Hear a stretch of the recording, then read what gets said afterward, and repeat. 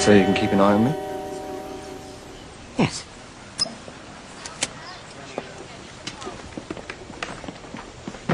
When they analysed the stock market after 9/11, the CIA discovered a massive shorting of airline stocks. When the stocks hit bottom on 9/12, somebody made a fortune. I gotta be honest with you. When the September 11th situation happened, I didn't know that. And I must say, and I wanna say this because I wanna take it lightly. It's not a light situation. It's a devastating act. It was really a bad thing. It was one of the worst things I've seen in my lifetime, you know. But I will tell you, and every trader will tell you, who was not in that building, and who was buying gold and who owned gold and silver, that when it happened, the first thing you thought about was, well, how much is gold up? The first thing that came to mind was, my God, gold must be exploding. Fortunately for us, all our clients were in gold. So when it went up, they all doubled their money. Everybody doubled their money. It was a blessing in disguise. Devastating, crushing, heart-shattering, but on a financial sense, for my clients that were in the market, they all made money. Now, I wasn't looking for this type of help. But it happened. When the U.S. bombed Iraq back in 1991, the price of oil went from $13 to $40 a barrel, for Christ's sake. Now, we couldn't wait for the bomb to start raining down on Saddam Hussein.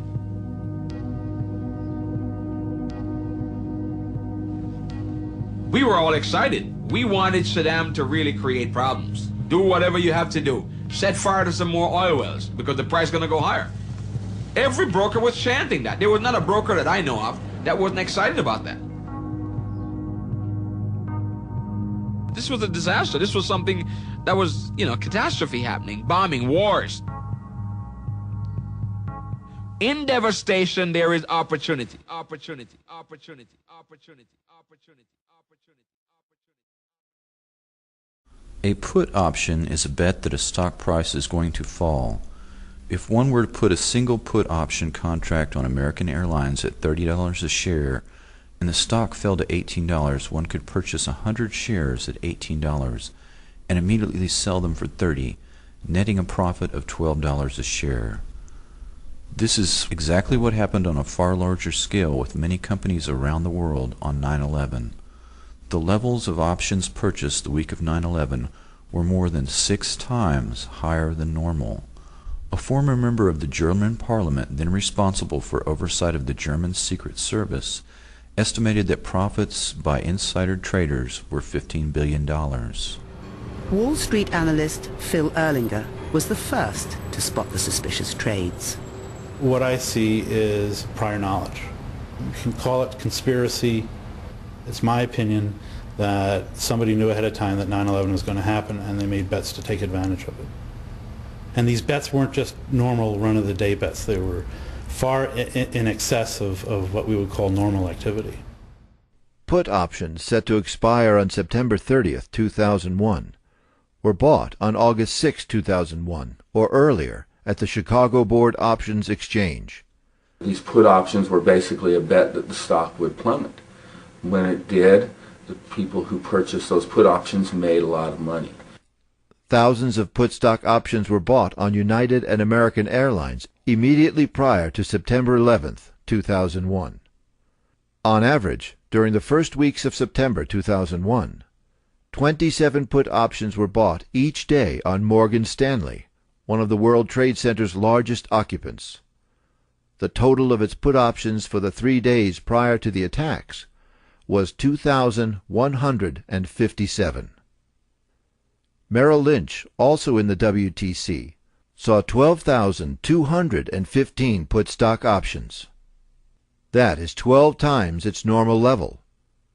Between September 6th and 7th, Chicago Board Options Exchange saw 4,744 put option contracts with United Airlines and only 396 call options. On September 10th, put options for American Airlines totaled 4,516 versus 748 call options. In addition, these trades were not only occurring in our country, but around the world.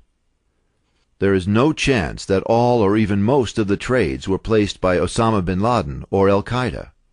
According to Fox News, CNN, and the BBC, insider trading reports were found in the USA, Germany, Britain, France, Canada, Japan, Monte Carlo, Switzerland, Hong Kong, Italy, Spain, Belgium, Luxembourg, and Singapore.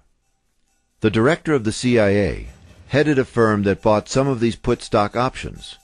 Until 1998, Buzzy Krongard headed United Airlines stock. Mr. Krongard was head of Bankers Trust until he resigned and was promoted to CIA Executive Director by President Bush in March 2001. Buzzy Krongard purchased this stock, and our government did nothing about it. Deutsche Bank is also one of the 4 banks most used by the bin Laden family. Additionally, $2.5 million in put options on United and American Airlines went unclaimed.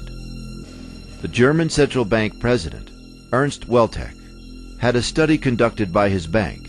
It indicated, quote, "There are ever clearer signs that there were activities on international financial markets that must have been carried out with the necessary expert knowledge in industries such as gold, oil, airlines, and insurance companies." There was a lot of money to be made from the events of September 11th, and indeed, many people in our own government called the events of September 11th an opportunity, an opportunity.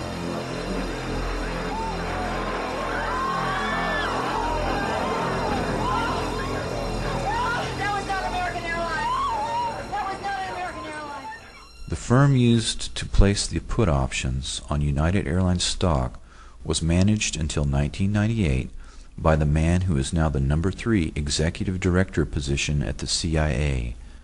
A.B. Buzzy Krongard became vice chairman of Bankers Trust when the 2 firms merged, and his new position was to oversee private client relationships.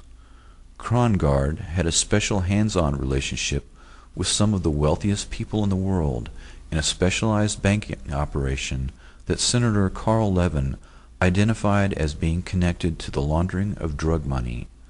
Bankers Trust was acquired by Deutsche Bank in 1999 to form the single largest bank in Europe. Before 9/11, Kevin Ingram, an executor for Bankers Trust Deutsche Bank, pled guilty to laundering money to finance terrorist operations for groups linked to Osama bin Laden. Deutsche Bank has been a favorite of the bin Laden family and was connected to the hijackers and their support network. Deutsche Bank had corresponding relationships with banks in Bahrain and Kuwait that served George W. Bush when he engaged in illegal insider trading of shares of his company Harkin Energy. Both banks, Kuwait Finance House and Faisal Islamic Bank of Bahrain, had dealt with Al-Qaeda and bin Laden. But when the Bush administration released its worldwide list of suspect financial institutions vowing to track down terrorist financing, neither bank was on the list. Mayo Shattuck III is a powerful force in the financial world. Head of the Alex Brown Deutsche Bank on 9/11, he had previously been involved in Enron, helping them conceal their massive debt, as well as involved in an insider trading scam involving Adnan Khashoggi's Genesis Intermedia immediately before 9/11. He was midway through a 3-year, $30 million contract as head of Alex Brown when the attacks came, and under his management, some of the illegal trades on United Airlines were placed. Mayo Shattuck has taken over Alex Brown operations in 1997 after Krongard had officially gone to the CIA in 1998. Mayo Shattuck III resigned on the day after 9/11.